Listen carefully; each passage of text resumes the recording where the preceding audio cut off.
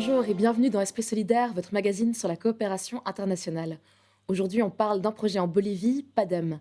PADEM, c'est l'abréviation de Programme d'appui au développement municipal. Le but, améliorer les services publics d'éducation et de santé dans le pays, et ce, en collaboration avec les autorités municipales. C'est pour en parler que vous êtes ici, Valérie Bragard. Bonjour. Bonjour. Vous êtes le président de Solidar Suisse Genève. Et PADEM, vous avez pour but d'aider surtout deux catégories de la population, ce sont les jeunes et les femmes. Quelles sont les problématiques auxquelles elles sont confrontées?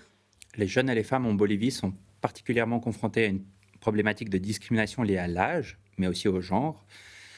Il y a énormément de jeunes mères qui sont souvent écartées de la vie active de la société bolivienne. Et donc, notre projet vise à garantir, d'une part, l'accès à la santé pour les personnes concernées, mais aussi une gouvernance plus démocratique et leur participation plus impliquée dans les processus municipaux. Donc en fait, via l'éducation et la santé, permettre à ces personnes qui peuvent se trouver plus facilement dans des situations précaires d'avoir vraiment leur place dans la société, c'est juste? Absolument. Et donc l'idée avec PADEM, c'est en fait, vous parlez d'un méta-projet, l'idée c'est de mettre autour de la table différentes personnes qui s'activent de leur côté dans un même domaine, mais qui s'activent pour un même objectif sans collaborer ensemble, c'est bien ça? Exactement, c'est une coordination multipartite qui vise à créer justement ces liens interconnectés entre les différents acteurs qui sont déjà présents sur le terrain, donc la municipalité, les médias, les associations engagées et les citoyens, pour ensuite leur permettre de faire avancer les choses et améliorer les prestations offertes. J'ai utilisé avant ce terme de méta-projet que vous aussi utilisez. En fait, ça veut dire quoi quand on dit qu'on a un méta-projet? Ça veut dire que c'est un projet qui vise en fin de compte à optimiser une autre thématique, mais qui n'est pas la propre à ce projet-là. C'est-à-dire qu'il peut être appliqué dans des domaines différents. C'est une méthodologie qui est transférée aux personnes participantes, aux différents acteurs, qui peuvent ensuite l'utiliser indépendamment et la pérenniser dans leur contexte. En fait, c'est un projet qui aide d'autres porteurs de projets à les mettre en place. Exactement. Et donc, vous vous êtes rendu récemment à Cochabamba, donc une province en Bolivie, et sur place, vous avez rencontré le coordinateur de projet de Solidar Suisse. On regarde les images que vous nous avez ramenées. Améliorer la qualité de vie de personnes précaires en Bolivie à travers des initiatives citoyennes.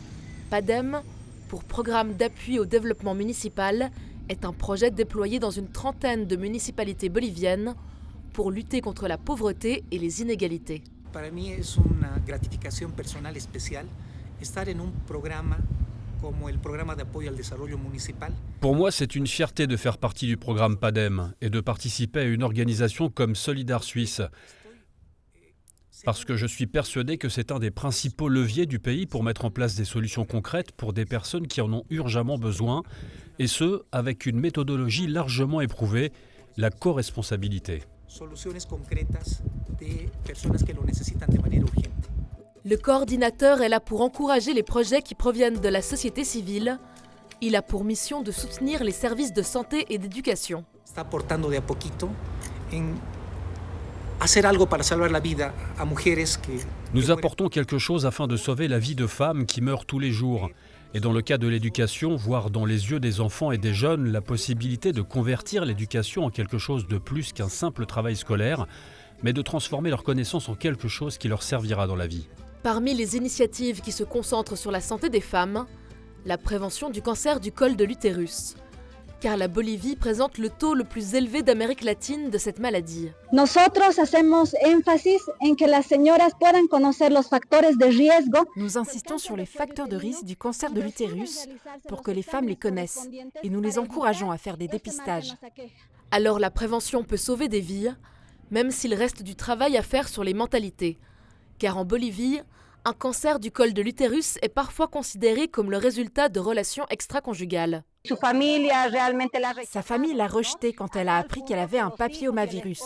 Ses enfants et son mari l'ont chassée de la maison.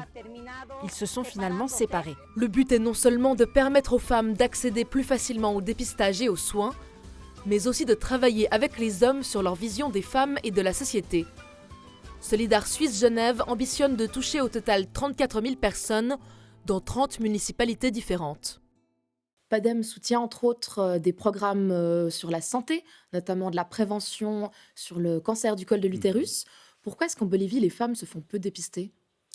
Il y a plusieurs facteurs. Déjà, en Bolivie, c'est une problématique qui est très, très répandue. C'est la première cause de décès des femmes en Bolivie. Et d'une part, il y a le côté très machiste dans la culture bolivienne qui empêche les femmes d'avoir un contrôle sur leur propre corps et sur leur santé reproductive.